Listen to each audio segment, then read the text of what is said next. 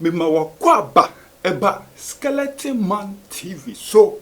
Skeleton Man TV and abusia wushe. So where your first time bombardia subscribe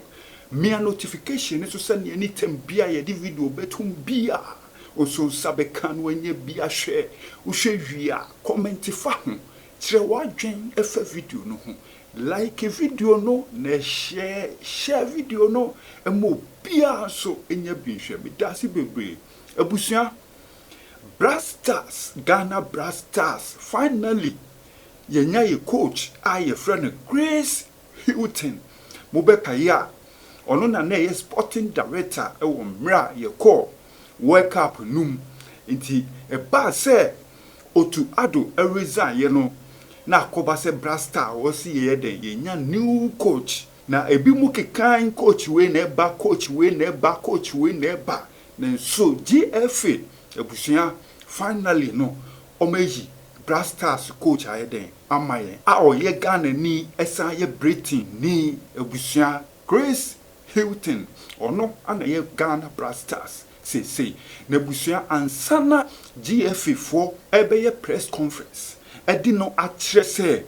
Blackstars ye coach a ye nya no onie no ansana ade ebechi amana baso no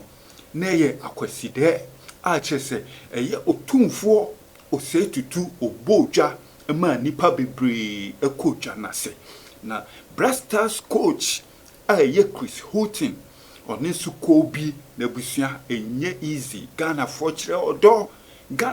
odo pa se no mu si boje ne so e kire ne se oye welcome a man in nkansah born e kindom se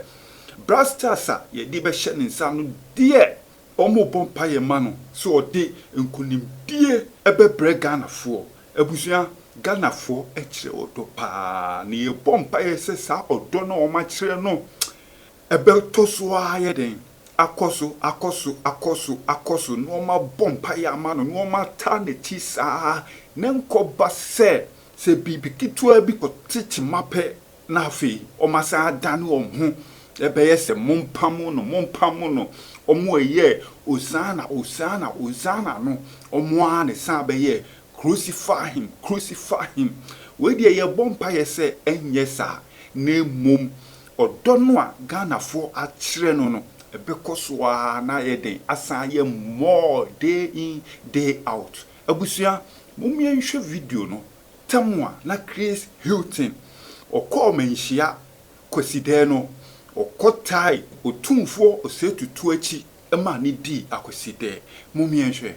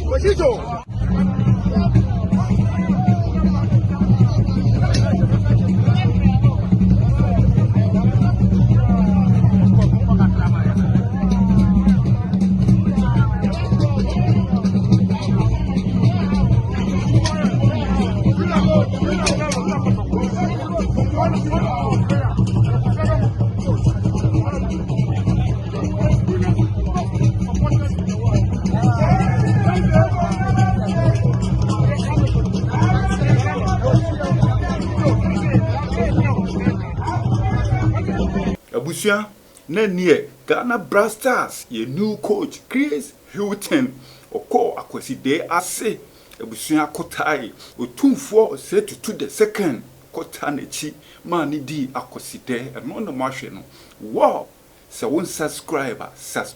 to Skeleton Man TV. Me see a top for moi. Ye di bebro, me dasi bebre.